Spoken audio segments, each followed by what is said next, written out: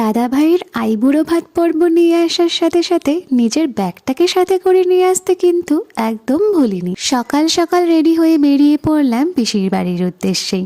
Distance ওই ধরো 10 মিনিটসের ব্যাপার। পৌঁছেই দেখলাম বিয়ের অনেক রকম রিচুয়ালস, আর তারপর ছিল আইবুড়ো ভাতের থালি সাজানোর পালা। কেমন হয়েছে সাজানোটা কমেন্টসে কিন্তু অবশ্যই জানিও। মেনুতে অনেক কিছুর আয়োজন করা হয়েছিল, সেটা তোমরা দেখতেই পাচ্ছ।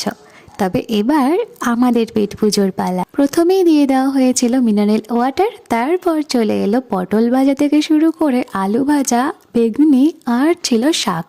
তারপর গরম গরম ভাতের সাথে ছিল ভেজ ডাল। আর বিয়ে বাড়ির এই 5 তরকারিটা খেতে কিন্তু আমার দারুণ লাগে। আর সব শেষে ছিল সর্ষে পাবদা। প্রতিটা রান্নায় খেতে কিন্তু খুবই ভালো লেগেছিল। শুধু ওখানেই শেষ নয়, শেষমেশ ছিল চাটনি, পাঁপড় আর মিষ্টি। এখনকার মতো টাটা, নেক্সট পার্ট নিয়ে খুব তাড়াতাড়ি দেখা হচ্ছে।